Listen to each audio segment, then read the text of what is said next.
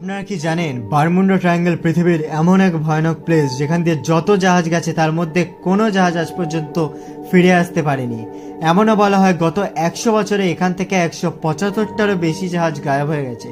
কিন্তু এর পিছনে রয়েছে দুটি অসাধারণ সায়েন্টিফিক রিজন।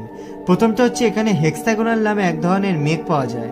এর ফলে 273 কিলোমিটারের স্পিডে বায়ু প্রবাহিত হয়, যা এত শক্তিশালী যা যে কোনো প্লেন বা জাহাজকে আনব্যালেন্সড করে দেয়। দ্বিতীয় হচ্ছে এখানকার ইলেকট্রোম্যাগনেটিক ফিল্ড, যার ফলে পুরো বারমুডা ট্রায়াঙ্গেলে ইলেকট্রিক ক্লাউড ক্রিয়েট হয়। এখানে আসা সমস্ত জাহাজ ও এরোপ্লেনের ডিভাইসেস বন্ধ হয়ে যায়।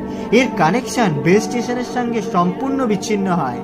এবং এই দুটো রিজন ছাড়াও আরও কিছু কনফিডেন্সি থিওরি এটাও বলে থাকে যে এটা হচ্ছে এমন এক পথ যেখান থেকে এলিয়েন বেসে পৌঁছানো সম্ভব, এবং এই পথ নাকি অন্যান্য ইউনিভার্সকে একে অপরের সঙ্গে কানেক্ট করে।